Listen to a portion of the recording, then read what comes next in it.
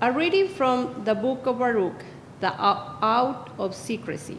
If you would like to know what eye has not seen or ear heard, and what has not arisen in the human heart, and who stands high above all good, swear to keep the mystery of instruction secret.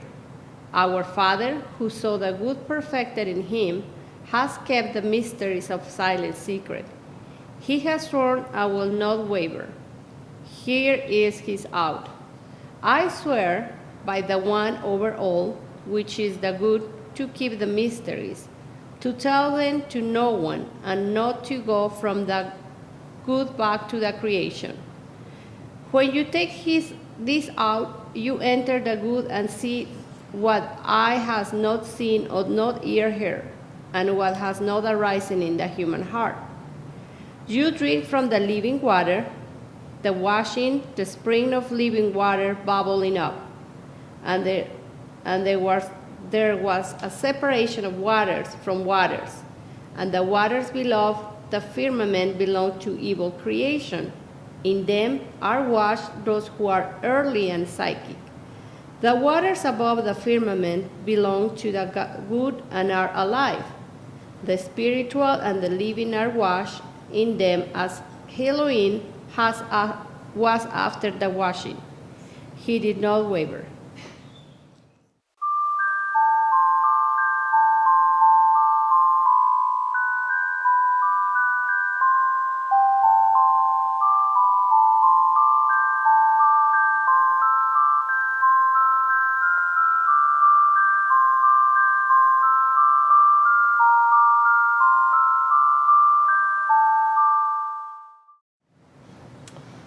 This morning's reading is from the prophecy to the races of man on the Perusia.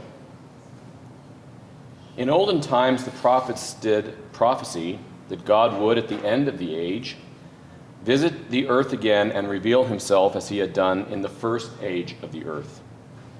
Man had fallen away from God's grace and was divided into many races of the earth, for the greater light had been withdrawn. And man knew only the lesser light of the sun and the stars. And man lived on a darkened planet, remote from God's word, fearful and unenlightened. And man forgot how to speak with God, for his word was unintelligible. And the races of man set themselves apart from one another, and there was war, strife, and conflict, famine, plagues, anarchy, earthquakes, hailstorms, floods, death, and uncertainties.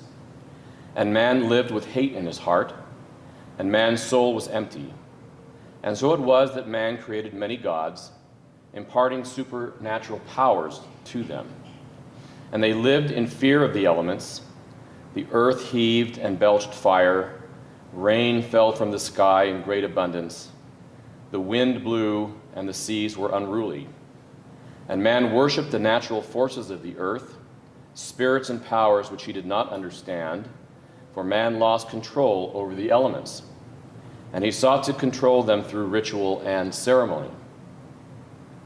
And man made sacrifices of blood to the gods to appease them, and they offered fire and water and smoke. For in their hearts men believed that if the gods or the spirits were displeased, they punished man. And man built temples unto the gods whom they named, or unto whom they gave no names, sacrificing men, women, and animals upon the altars. And they made war upon one another. But goodly men implored the true God to assist them. And it came to pass that God did inspire holy men to come into the world and teach men to live in peace, and to do away with the false gods and sacrifices. And they would have men offer up incense and flowers, wheat, water, and wine. And they encouraged men to give up the ways of war, and to build temples of peace that would give sanctuary to all. And these temples were schools of learning, where goodly men were instructed in the arts and sciences of righteous living. But man, fearing the gods, refused to learn the ways of peace of the true God, and knowledge was lost. And so it was that righteous men had dreams and visions of a great age to come, wherein God would manifest himself to man again. And it was said by the prophets and holy men that with God's visitation he would appear to all the races of man in the Son of Righteousness, and flood the world in the light of his goodness, and that he would send a peacemaker, a holy man, to teach of God's love before this coming, for man did not know that God was good and loved the human family. And the holy man did come to earth, but his teachings were rejected, and they killed him. And after his death came false teachers, those who had not known him at all, and they preached in his name, putting false words into his mouth, saying that they were inspired of him from heaven. And they led the church astray, and the light thereof was darkened. Now the holy man had prophesied that he would come again in glory, as the lightning comes out of the east, and shineth even unto the west. And men of Christ sang hymns, saying, Awake, thou sleeper, rise up from among the dead, and he who is Christ the Lord shall enlighten thee, the Son of the resurrection, begotten before the dayspring, giving life by the rays of light. Because he is my Son, and his rays have lifted me up, his light hath dispelled all darkness from my face.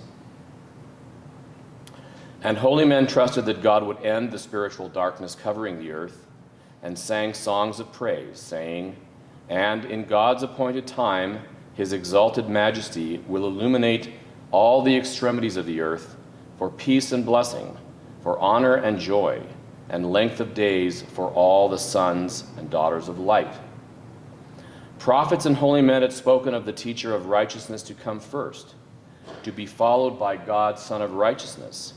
And holy men prayed that God would manifest himself directly to man, making a glorious return in light, becoming visible and revealing his true image and his true word, as he had done in the first age of the earth.